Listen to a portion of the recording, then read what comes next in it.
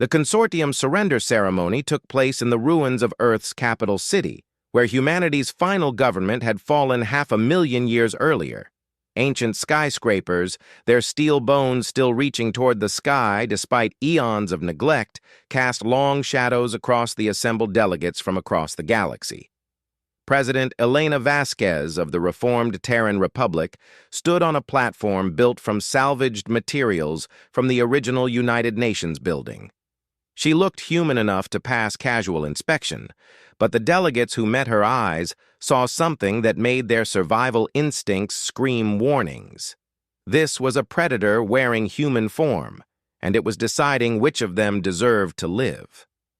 Representatives of the former Galactic Consortium, Vasquez began, her voice carrying clearly across the silent assembly.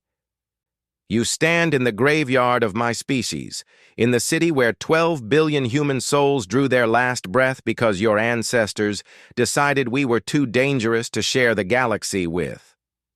The consortium delegates, survivors from 12 different species, stood in neat rows under the watchful gaze of human guards. These guards looked more obviously modified than the human leadership, their bodies clearly designed for war rather than diplomacy. Enhanced reflexes, reinforced skeletal structure, sensory organs that could track movement across entire spectrums of reality. For 500,000 years, your civilization has prospered on the foundation of our extinction, Vasquez continued. You've built a culture of conformity enforced by genocide, calling it peace and order. You've destroyed countless species who refuse to submit to your narrow definition of acceptable behavior. Admiral Corvash, representing the defunct consortium military, found the courage to speak. What you're describing, those are classified historical records. How did we learn about the extinction protocols? Vasquez smiled, and several delegates stepped back involuntarily. Simple. We asked the dead. She gestured to the landscape around them. Where once humanity's greatest city had sprawled, now strange structures rose between the ancient ruins. Crystalline formations that pulsed with soft light, their surfaces covered in symbols that hurt to look at directly. These are memorial quantum computers, Vasquez explained. Built from the preserved neural patterns of every human being who died during the consortium's genocide. 12 billion minds, Admiral. 12 billion people who spent 500,000 years in quantum storage, experiencing time as we experience it, planning for this moment. The implications hit the assembled delegates like a physical blow. The humans hadn't just survived, they'd preserved their entire dead population as a computational resource. 500,000 years of processing time, thinking time, planning time. Impossible, whispered Dr. Yelm, the consortium's chief scientist. The energy requirements alone would require dismantling entire star systems, Vasquez confirmed. We've had time to perfect stellar engineering, Doctor. While your consortium expanded across existing worlds, we learned to build worlds, to build stars, to reshape matter at the quantum level. She turned to address the wider assembly. Every human mind that ever existed contributed to our return. Every child who died in the bombardment of Earth, every soldier who fell at Proxima Centauri, every civilian who suffocated when your fleets destroyed our life support systems, they all had input into the plan that brought us here. What do you want from us? Asked Ambassador Threx of the Altarian Trade Consortium, her crystalline form chiming with nervous energy. The same thing you wanted from humanity, Vasquez replied. Total surrender, complete submission to our authority, dismantling of your military forces, acceptance of human oversight for all governmental decisions. And if we refuse? Vasquez gestured toward the sky, where human ships hung in formations that blotted out the sun. Thousands of vessels, each one larger than anything the consortium had ever built, their hulls shifting between configurations as their living technology adapted to changing conditions.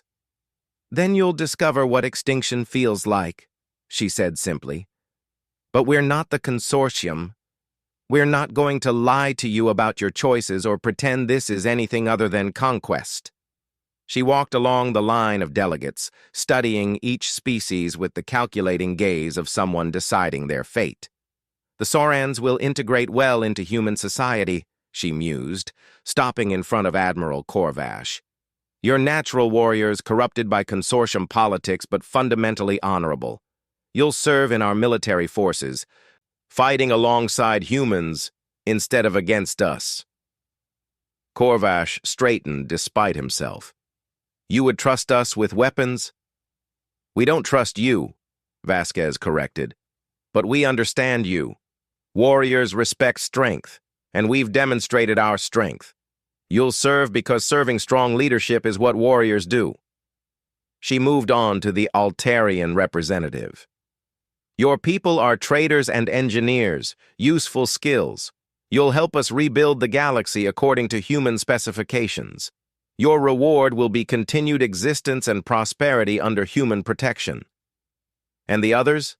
Ambassador Threx asked, her crystalline form dimming with fear.